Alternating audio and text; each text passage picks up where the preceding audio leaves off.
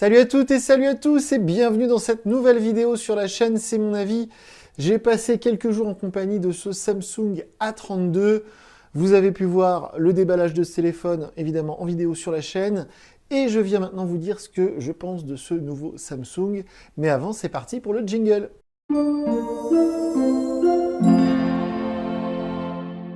Donc comme je vous le disais, j'ai passé quelques jours en compagnie de ce Samsung A32. Si vous êtes habitué, abonné même à notre chaîne, vous savez que les smartphones que je déballe en vidéo devant vous, je les utilise et puis ensuite je viens vous dire ce que j'en ai pensé.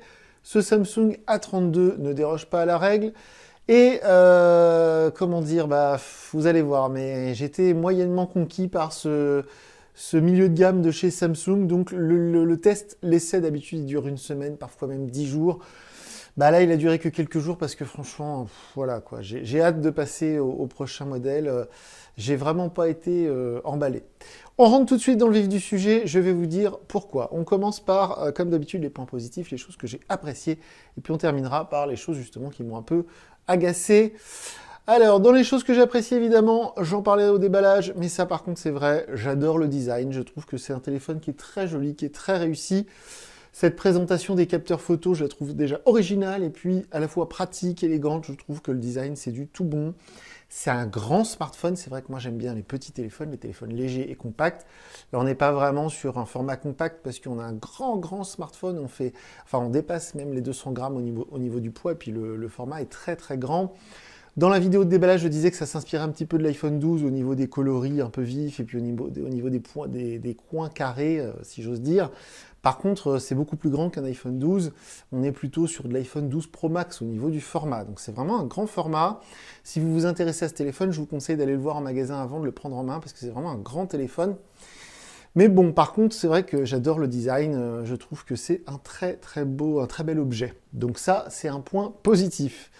L'autonomie aussi fait partie des choses que j'ai appréciées sur ce Samsung A32. L'autonomie est très bonne, elle est excellente. On a une grosse batterie de 5000 mAh, ce qui explique pourquoi d'ailleurs le téléphone est si grand et si gros. Enfin, si gros en poids, hein, j'entends. Et donc l'autonomie est très bonne. On est bien sûr là sur une grosse batterie, donc on devait avoir une autonomie au niveau elle l'est. On a vraiment de quoi tenir 2 jours sur une charge complète. Donc ça, c'est un vrai confort. C'était pas le cas du dernier smartphone que j'ai testé, qui était un smartphone un peu plus haut de gamme de chez Vivo. Si vous voulez regarder la vidéo, c'était il y a une grosse semaine environ. Là, on est voilà, sur une autonomie assez costaud. Si vous choisissez ce téléphone et que vous avez un usage modéré d'un smartphone, si vous êtes à la recherche d'un téléphone juste pour faire des appels, des SMS, un petit peu de réseaux sociaux, un petit peu de jeux, mais pas beaucoup, c'est un très bon choix parce que vraiment l'autonomie est bonne. Et ça me permet de rebondir sur le point suivant, les performances sont bonnes aussi. Le processeur est au niveau, donc les performances sont très bonnes, tout est très fluide, ça marche bien, c'est rapide, il n'y a pas de latence, ça rame pas comme on disait autrefois, ça marche très bien. Donc ça, c'est un très bon point aussi. J'ai envie de dire heureusement, parce que c'est quand même un téléphone à 300 €, donc heureusement que tout est fluide, que tout marche bien, que tout va vite.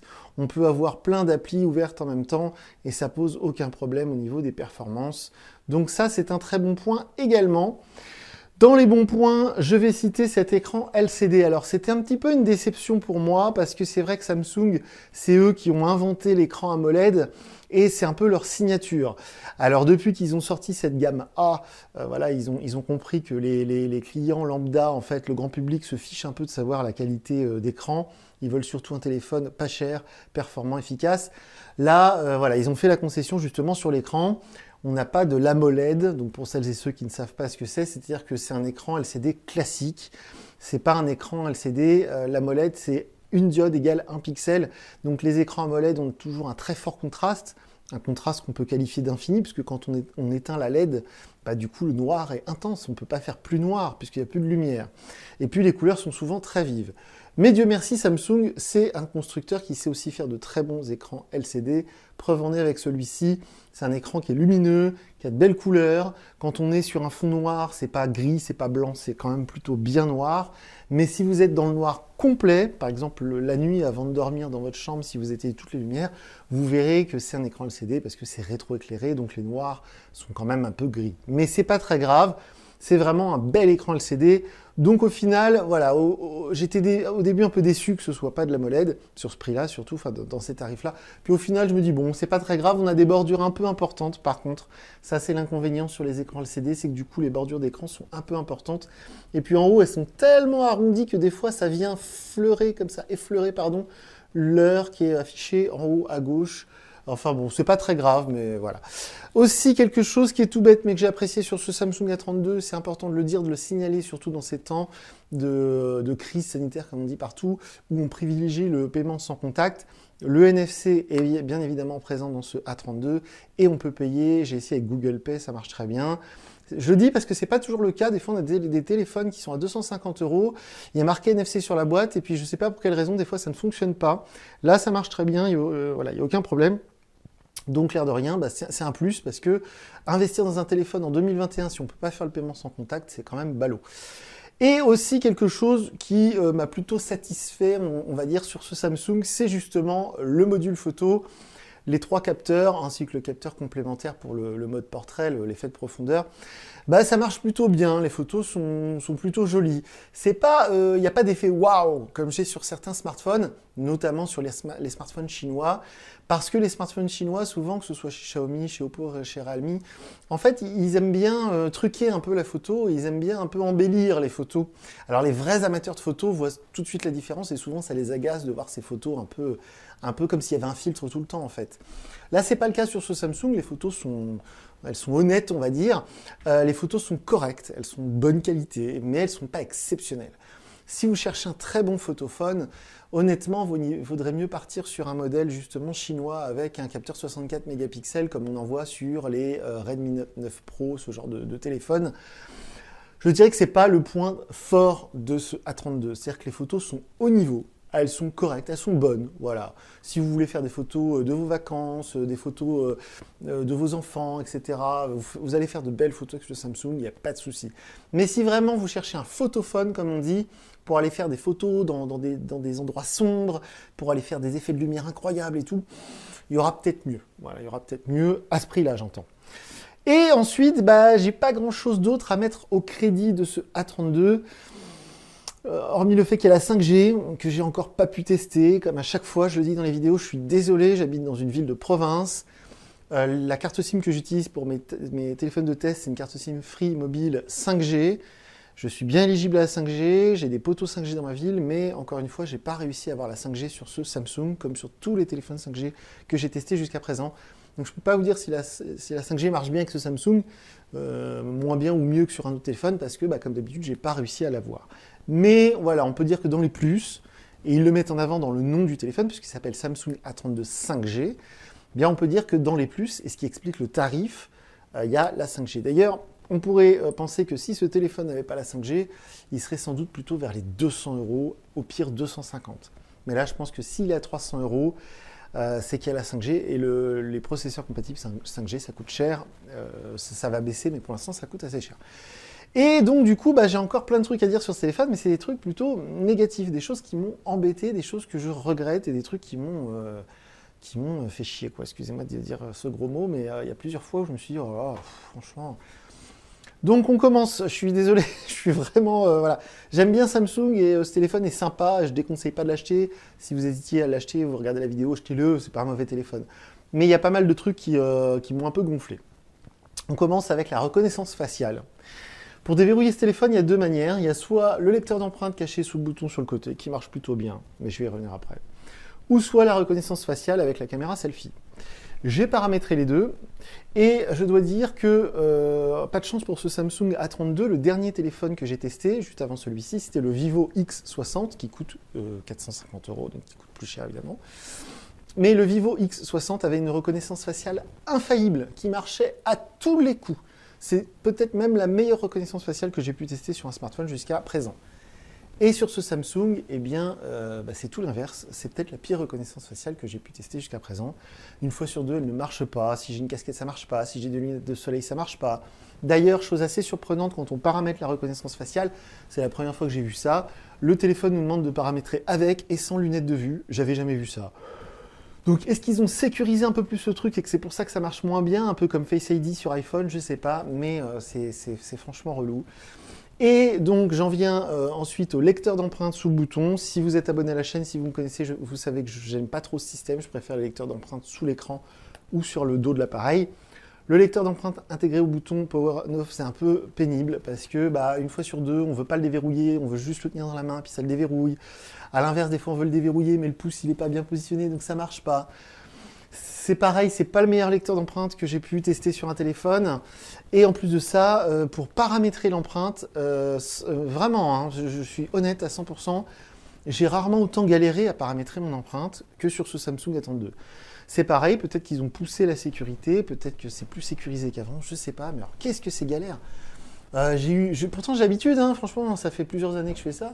Faut poser le doigt, faut le relever, machin. Je sais comment on fait, il n'y a pas de souci, mais ça galérait. Et votre doigt est mal positionné. J'ai mis un quart d'heure à paramétrer mes 2 ou 3 empreintes digitales. Donc voilà, c'est des trucs tout bêtes, mais au quotidien, c'est un peu pénible. Aussi, un truc qui m'a saoulé, c'est quoi? Ah oui, quand j'ai déballé le téléphone, je vous conseille de regarder la vidéo de déballage si vous ne l'avez pas vue. J'ai dû couper la vidéo, chose très rare, parce que quand on met en route le téléphone, il y a tout un processus qui se lance. Il nous demande de nous connecter au Wi-Fi, il nous demande de mettre une carte SIM, et après il fait ses mises à jour et tout ça. C'est très long, et je me mets à la place de quelqu'un qui achète ce téléphone. Imaginons, c'est quelqu'un qui a un vieux téléphone depuis des années, il met de côté, c'est un gros achat, c'est un gros investissement, il dépense 300 €, genre cadeau d'anniversaire, un truc comme ça. Il se fait plaisir, 300 €. Il déballe son téléphone dans sa voiture et, admettons, il n'a pas sa carte SIM ou je sais pas. Bref, il ne peut pas se servir du téléphone tout de suite, quoi. Et c'est super long, il faut du Wi-Fi, il faut mettre ses comptes et machin, il demande Samsung et machin. C'est long, c'est tout bête, hein, franchement, mais c'est un truc qui m'a saoulé, donc c'est pour ça que je l'ai marqué. Et dans la même veine, à l'usage au quotidien, l'interface One UI version 3, attention, avec Android 11, ça rigole pas, elle est un peu comme cette mise en route Samsung, c'est-à-dire que cette interface, elle est un peu relou, il y a des moments où elle nous demande des trucs, on se dit oh là là, bon, qu'est-ce que c'est que ça? C'est exactement comme la mise en route, c'est que des fois on se dit oh là là, cette interface One UI, franchement des fois c'est pas logique, c'est à l'opposé de ce que devrait être Android. Il y a des moments où il y a des... Je peux pas vous dire d'exemple concret, mais en l'utilisant là pendant 2-3 jours, il y a des choses que j'ai cherchées, je me suis dit oh là là, quelle drôle d'idée d'avoir mis ça ici, etc. Donc, bon, voilà, je sais pas si c'est moi, perso, à force d'utiliser des interfaces un peu modernes comme MIUI chez Xiaomi. Mais là, cette One UI 3, il y a des moments où je me suis dit, bon, c'est toujours mieux que TouchWiz, ça c'est sûr. Mais voilà, il y a certains moments où je l'ai marqué sur mon truc, je fais un petit papier tout le temps, je dis, oh là, cette interface One UI, quand même, c'est pas ce qui se fait de mieux, quoi. Et d'ailleurs, toujours dans cette veine, donc purement logiciel, hein, les trucs que j'ai reprochés à ce téléphone, donc peut-être que des mises à jour vont corriger ça, mais j'en doute très fortement. Quand vous allumez le téléphone, donc avec cette fameuse mise en route qui dure 1000 ans, on vous propose d'installer plein d'applications sponsorisées. J'ai réussi à cliquer sur ignorer, ne pas installer toutes ces applications sponsorisées. Mais même en faisant ça, il y a quand même des applications sponsorisées qui sont préinstallées et surtout qu'on ne peut pas désinstaller. Alors c'est pas très grave parce qu'il y a 128 Go de stockage, donc c'est pas ça le problème, mais c'est sur le principe. Je veux dire, Samsung, c'est une grande marque, on paye le téléphone 300 €, les applications sponsorisées, non, quoi. Non, franchement, c'est plus possible. Quand on achète un Arcos à 99 €, je veux bien. Arcos, voilà, ils n'ont pas beaucoup de marge, tout ça. Un téléphone à 99 €, il n'y a pas grand-chose à gagner dessus. Donc, ils font des partenariats avec des développeurs, des éditeurs d'applications, et ils gagnent un peu de sous comme ça. Mais là, Samsung, non, c'est pas possible, quoi. Donc, c'est tout bête, mais l'application Netflix, on ne peut pas la supprimer. L'application OneDrive Microsoft, on ne peut pas la supprimer. Voilà, il y a plein de choses comme ça. Donc je me suis dit, franchement, voilà, c'est des petites choses, hein, mais ça m'a saoulé. Et alors, j'en termine encore par cette partie logicielle, puis après, je finis, vous inquiétez pas, j'ai presque fini. Au niveau de la partie logicielle, un truc aussi qui m'a étonné et qui m'a saoulé, c'est que pendant des années, encore aujourd'hui, c'est le cas parfois, on a entendu des gens dire non, non, mais iPhone, très peu pour moi, moi j'ai besoin d'un truc plus libre, plus ouvert, moi je suis pas iPhone, je suis Samsung. Et alors, ce qui est drôle, c'est que maintenant, en 2021, ça s'est complètement inversé, parce que autant sur iPhone, on peut quasiment tout paramétrer, on peut changer de clavier, on peut tout changer maintenant, on peut mettre des widgets et tout, machin, bref. Et là, j'ai l'impression que Samsung, ils vont dans le sens opposé. Ils se dirigent sur ce qu'on a reproché à iOS, donc à iPhone, pendant des années et des années. Il y a tout un tas de conneries, excusez-moi hein, d'être mal poli, mais de fonctionnalités Samsung, Cloud, machin, bidule, mais qu'on se fout mais complètement. C'est-à-dire qu'en fait, à chaque fois qu'il y a une fonction Android qui marche, Samsung a rajouté la même fonctionnalité et l'ont renommée. Je vous parlais de Google Pay pour payer sans contact. Évidemment, ça fait des années qu'il existe Samsung Pay. Aussi, il y a évidemment le Google Play Store, là où tout le monde télécharge une application quand on a un téléphone Android. Et bien évidemment, il y a le Galaxy Store. Donc je sais que chez Huawei, ils font pareil, je sais qu'il y a d'autres fabricants qui font pareil, mais voilà, moi j'aime bien Google One, par exemple, vous savez, cette interface Android One, pardon, qui est exactement la même qu'on retrouve sur un Google Pixel, par exemple. Bon, bah là, on est à des années-lumière de ça. Et c'est regrettable parce qu'il y a plein de moments où on vous demande un compte Samsung, et puis une fois que vous avez fait votre compte Samsung, on vous demande de sauvegarder vos données personnelles dans Samsung Cloud. Les contacts, est-ce que vous voulez synchroniser vos contacts avec Samsung Cloud, tout ça, alors que Google le fait déjà dans votre compte Google. Donc il y a un doublon, là, il y a un double usage que je ne comprends pas. Donc voilà, c'est pas lié à ce téléphone. Mais là, en utilisant ce téléphone sur quelques jours, je me suis dit, oh là là, mais j'avais oublié quoi, que Samsung One UI, mais il faut arrêter le délire. Enfin bon, je ne vais pas passer 2 heures là-dessus, mais ça m'a vraiment saoulé. Et enfin, sur les trucs que je reproche, il y a aussi voilà, un truc tout bête, mais qui peut être très gênant au quotidien. Je vous parlais de l'autonomie qui est excellente. Il y a évidemment une prise USB type C, Dieu merci, les micro USB, c'est fini. On a vu dans le déballage en vidéo, encore une fois, je vous conseille d'aller voir cette vidéo si vous ne l'avez pas vue, que c'était un chargeur, un adaptateur secteur 15 watts qui était fourni dans la boîte. Donc c'est sympa, Samsung, ils mettent un chargeur dans la boîte, c'est bien. C'est un chargeur 15 watts, je me suis dit, waouh, maintenant en ce moment, quand on achète des téléphones chinois, encore une fois, désolé, bah, il y a de la charge rapide 30 watts, quasiment partout. Et je me suis dit, bon, bah c'est pas grave, 15 watts, donc en fait, c'est pas que l'adaptateur secteur qui est limité à 15 watts, c'est le téléphone qui peut pas prendre plus. Donc du coup, bah, pendant ces quelques jours d'essai, j'ai eu à le recharger 2-3 fois, même si l'autonomie est excellente. Et je me suis surpris que, j'ai été surpris, pardon, je me suis fait la remarque que ça charge mais super lentement, quoi. Pourquoi? Parce que la batterie est énorme, 5000 mAh, on se rend plus compte, c'est devenu une sorte de standard. Mais je rappelle encore une fois que si vous achetez un PC portable aujourd'hui en grande surface, chez Darty, chez Boulanger, là où vous voulez, une batterie de PC portable, c'est 3000 mAh. Et sur un smartphone, maintenant, on a 5000, 6000 mAh. Donc c'est la folie. Donc les batteries là, qu'il y a là-dedans, elles sont énormes. Et donc il faut beaucoup de courant pour les recharger. Et le petit chargeur 15 watts, faut 2h30 à peu près pour charger la batterie complètement.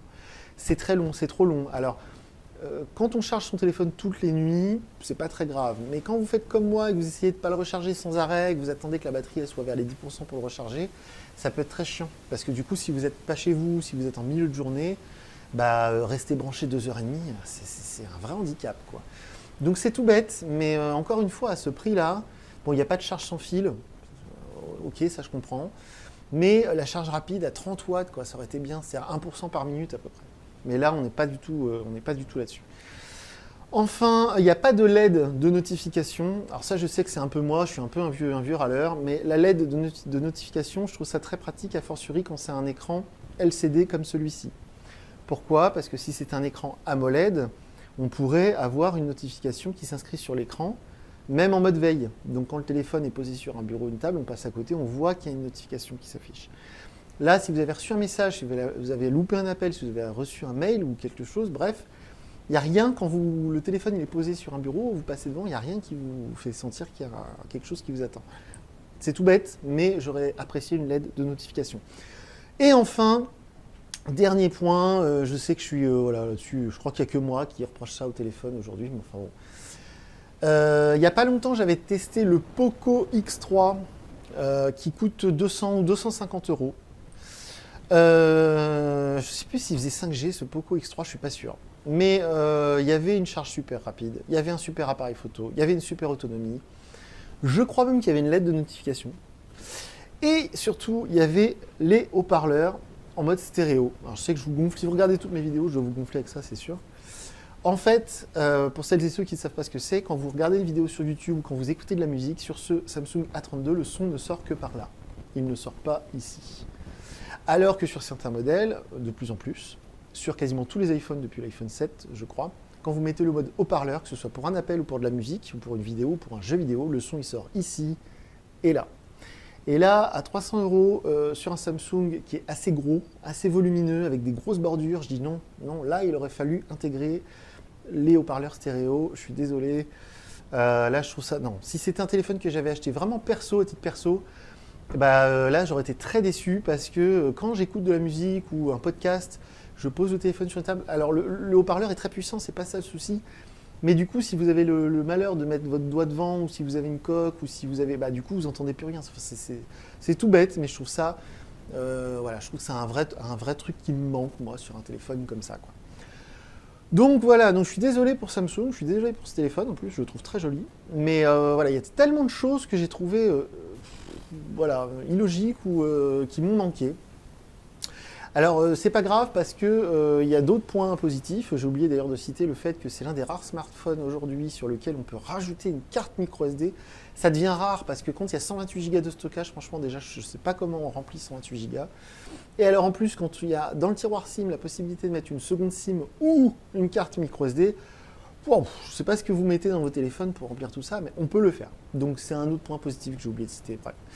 Donc, c'est un bon smartphone. Si on vous l'offre, soyez content, c'est un bon téléphone. Si vous changez de téléphone rarement, genre tous les 2 ou 3 ans, c'est un bon choix parce que vu qu'il est 5G, vu que c'est Samsung et vu que c'est la dernière version d'Android, c'est bien. C'est de très très bons points.